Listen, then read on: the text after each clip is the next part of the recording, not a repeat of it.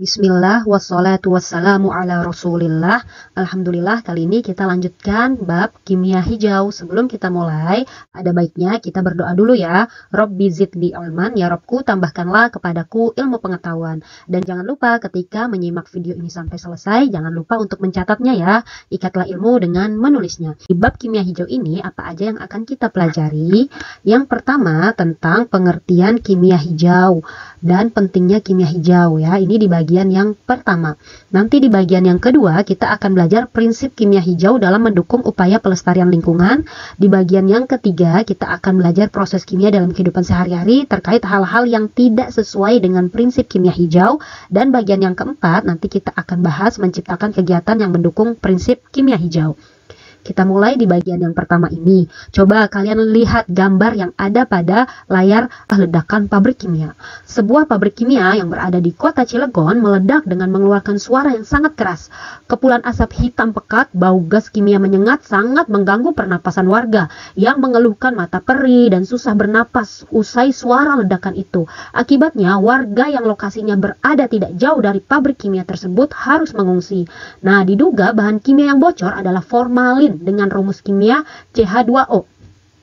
Menurut www.pom.go.id, pada umumnya larutan formalin 37% dalam air digunakan sebagai bahan baku pada industri panel kayu, seperti kayu lapis, papan partikel, papan serat, berkerapatan sedang, dan perlengkapan rumah tangga. Lem emulsi yang dapat digunakan secara luas di berbagai industri.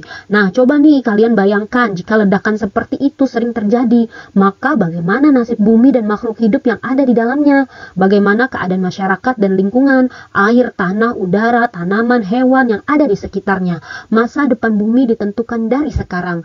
Nah, Badan Dunia PBB mencanangkan salah satu program pembangunan berkelanjutan sehingga tahun 2030, yaitu bagaimana lingkungan tetap aman dan lestari. Sebagai bagian dari masyarakat global, kalian bisa berkontribusi menjaga bumi tetap lestari dimulai dari rumah. Apa dan bagaimana? Pada bab ini kalian akan mengenal lebih jauh tentang kimia hijau atau green chemistry. Untuk selanjutnya, istilah yang digunakan pada bab ini adalah kimia hijau. Nah, mengapa sih harus ada kimia hijau? Yang pertama, hampir setiap kegiatan itu akan menghasilkan limbah ya, dari rumah tangga, lingkungan sekolah, pabrik, lingkungan sekitar, itu pasti ada limbah. Nah, yang kedua, makin banyaknya polusi di udara, tanah, dan air. Polusi zaman dulu beda dengan zaman sekarang. Kalau zaman dulu pohonnya banyak, manusianya masih sedikit, kendaraannya masih sedikit. Kalau sekarang kebalikannya, pohonnya yang sedikit, manusianya makin banyak, kendaraannya lebih banyak lagi. Nah, yang ketiga, perlunya proses dan produk yang ramah lingkungan. Yang keempat, hidup sehat dengan meminimalkan bahan berbahaya. Itulah mengapa kita harus ada kimia hijau. Bagian yang pertama, kita akan membahas pengertian dan pentingnya kimia hijau.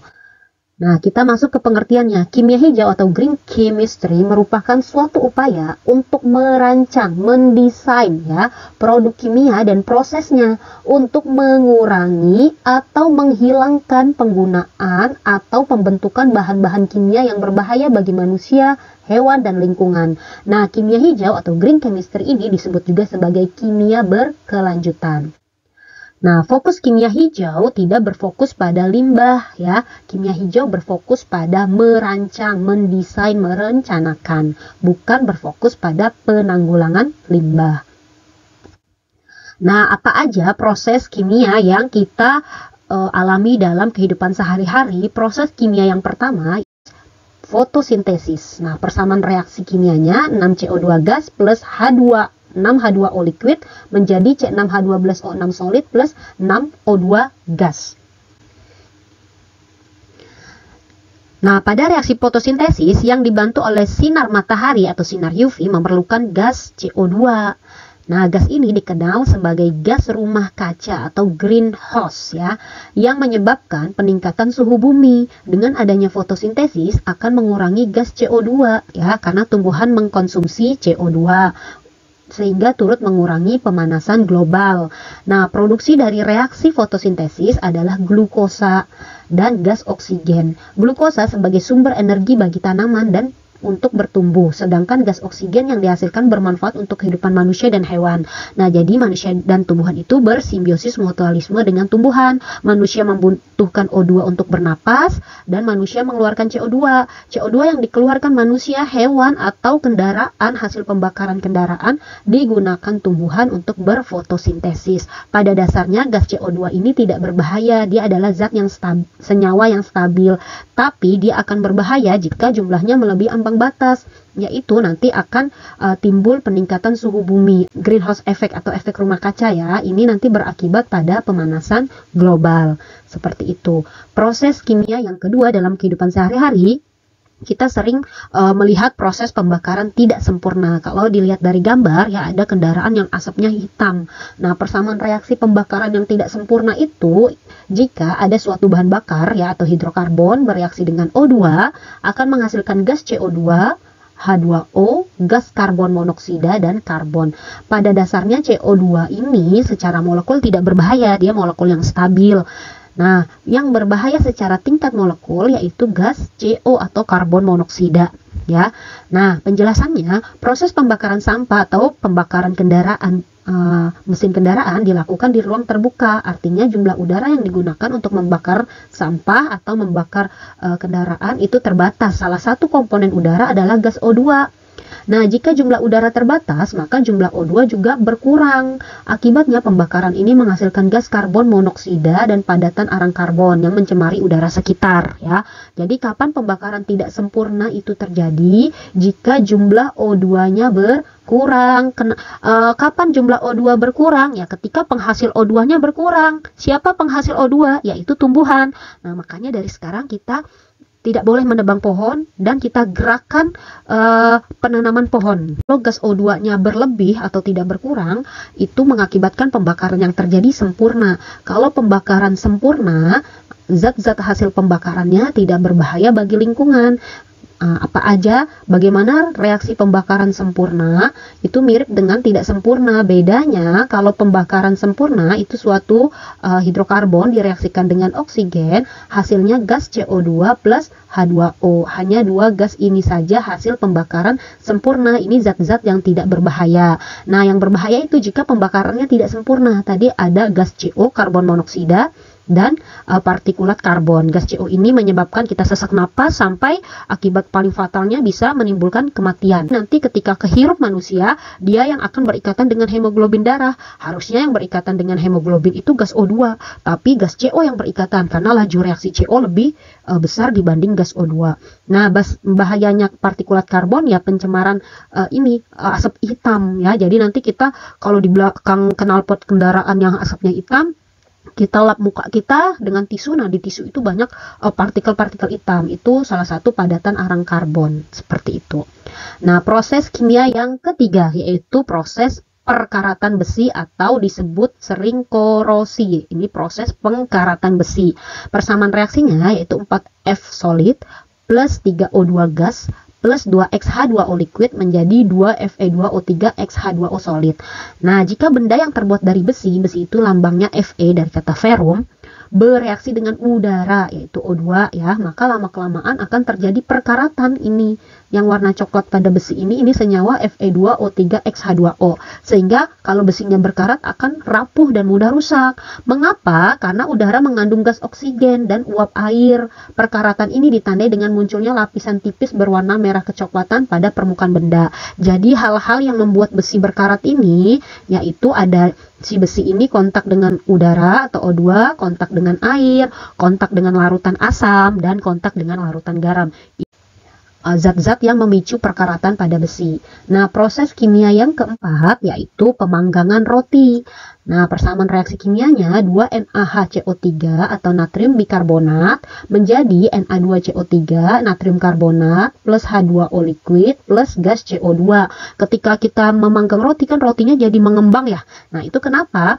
Soda kue atau NaHCO3 jika dipanaskan akan menghasilkan gas CO2 ini ya. Gas ini memberi tekanan pada dinding adonan roti sehingga membentuk rongga-rongga. Keadaan ini membuat roti mengembang dan menjadi lebih empuk. Itu 4 proses kimia yang sering kita alami dalam kehidupan sehari-hari. Nah, Telah selesai membahas bagian yang pertama, yaitu tentang pengertian dan pentingnya kimia hijau dalam kehidupan sehari-hari. Maka apabila engkau telah selesai dari suatu urusan, tetaplah bekerja keras untuk urusan yang lain. Yuk kita berlatih soal-soal. Nah, soal yang pertama, proses kimia yang tidak terjadi pada lingkungan sekitar kita. Nah, tadi yang udah kita bahas ada 4 proses kimia ya. Pembakaran tidak sempurna betul, perkaratan besi betul, fotosintesis betul, pemanggangan roti betul. Nah, yang tidak adalah proses esterifikasi seperti itu. Contoh soal yang kedua, proses kimia yang baik, bermanfaat, dan aman bagi lingkungan dikenal sebagai reaksi kimia hijau. Kita lanjut ke contoh soal yang ketiga. Salah satu pokok bahasan yang terdapat pada prinsip kimia hijau yaitu prinsip kimia hijau lebih cenderung untuk merancang, mendesain. Gunanya apa? Untuk mengurangi dampak atau menghilangkan dampak dari produksi bahan-bahan kimia terhadap lingkungan dan kesehatan manusia ya. Jadi ini salah buletin nih, harusnya yang A. Seperti itu. Kita masuk ke contoh soal yang keempat. Berikut ini diberikan syarat terjadinya proses pembakaran dan hasil pembakaran dalam kehidupan sehari-hari. Yang pertama, memerlukan oksigen, kedua membutuhkan kalor, ketiga menghasilkan gas karbon monoksida yaitu CO, yang keempat menghasilkan gas karbon dioksida yaitu CO2, yang kelima menghasilkan uap air yaitu H2O. Yang merupakan ciri-ciri terjadinya pembakaran sempurna. Nah, pembakaran sempurna tadi apa? Jika ada suatu bahan bakar direaksikan dengan gas oksigen, menghasilkan gas CO2 dan uap air H2O. Ini hasil pembakaran sempurna. Syaratnya harus ada oksigen berlebih, hasilnya gas CO2 dan uap air. Berarti yang pembakaran sempurna yaitu membutuhkan oksigen, menghasilkan gas karbon dioksida, dan menghasilkan uap air. Jadi jawabannya adalah yang D. Contoh soal yang kelima. Di antara gas-gas berikut yang mempunyai andil terbesar terhadap efek rumah kaca, tadi yang menyebabkan efek rumah kaca atau greenhouse effect adalah gas CO2 ya. Gas karbon dioksida merupakan 77% penyumbang efek rumah kaca. Jadi jawabannya yang B.